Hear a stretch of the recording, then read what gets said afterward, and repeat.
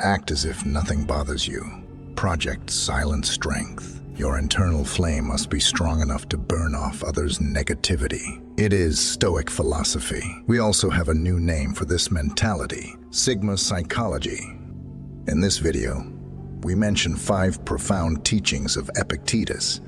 We have also arranged 5 more ideas from Epictetus earlier. We will link the video on the end screen and description box. So stick around and let these wisdom dive deep in you. Chapter 1. The Shield of Stoicism. Imagine a life where negativity bounces off you like arrows on armor. This is the essence of Epictetus's advice on dealing with hate. The Stoic philosopher urges us not to waste precious energy engaging with negativity, but to prioritize the cultivation of inner peace and personal growth. Hatred, like a noxious weed, thrives on attention.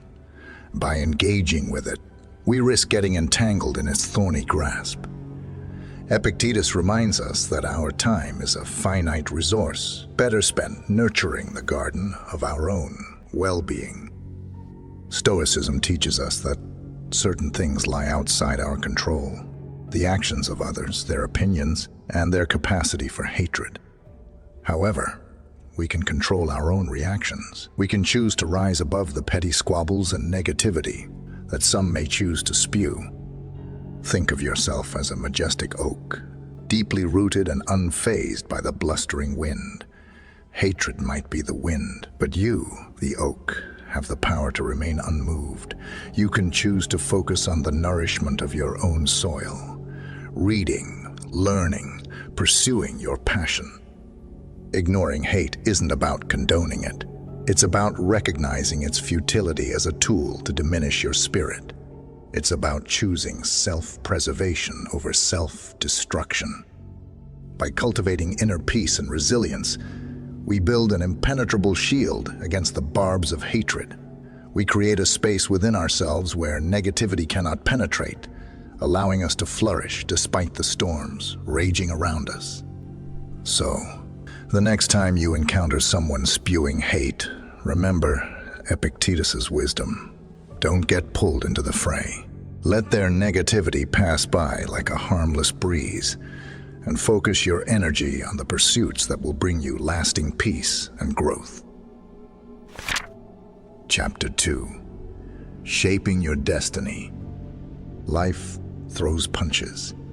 Some are mere jabs, others knock us to the canvas. Yet, Epictetus, the Stoic philosopher, reminds us that it's not the punches themselves that define our destiny, but how we react to them. This chapter delves into the profound impact of our reactions on our success or failure, emphasizing the importance of managing our responses to life's challenges. Imagine 2 people facing the same setback: a job loss, a broken relationship. One succumbs to anger, bitterness, and despair.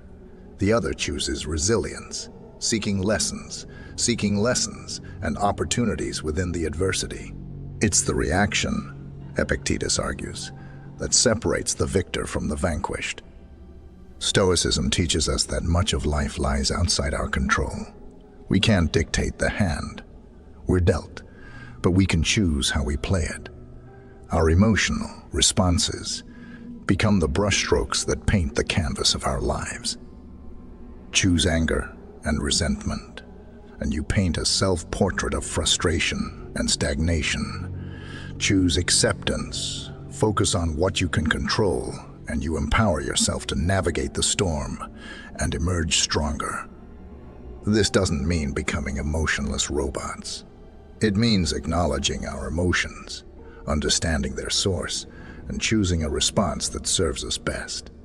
By mastering our reactions, we transform from passive victims of circumstance into active architects of our destiny.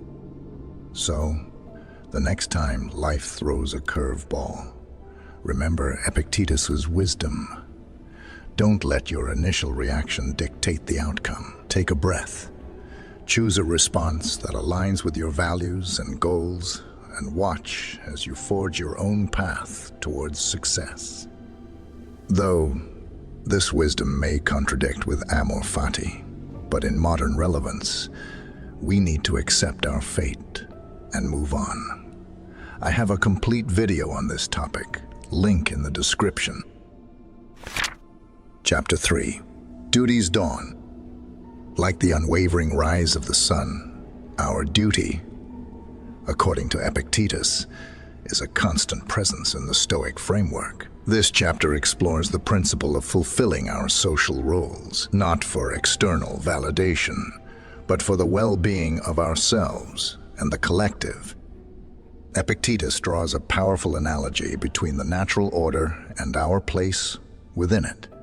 Just as each part of nature plays a vital role, the bee pollinates, the river carves its path. We too have responsibilities to uphold.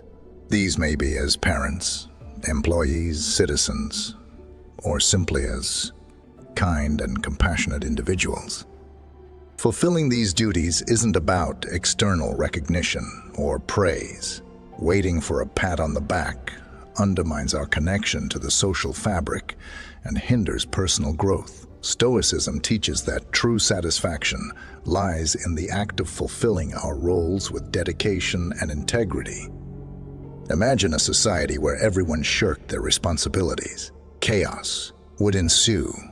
By fulfilling our duties, however big or small, we contribute to a harmonious whole, much like the cogs within a well-oiled machine. This sense of duty extends beyond formal obligations.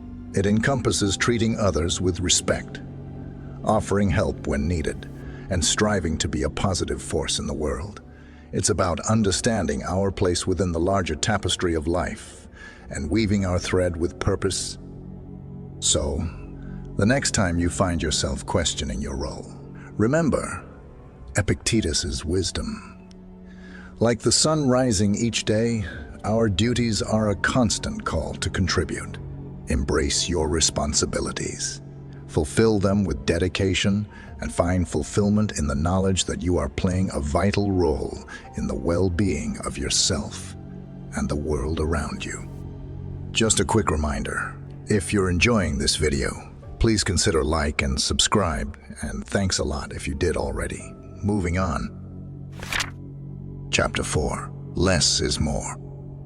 Our culture bombards us with a message. Happiness is found in abundance, bigger houses, overflowing closets. These are markers of success. Yet, Epictetus, the Stoic philosopher, urges us to re-examine this equation. This chapter delves into the liberating power of simplicity, challenging the societal narrative that equates wealth solely with material possessions.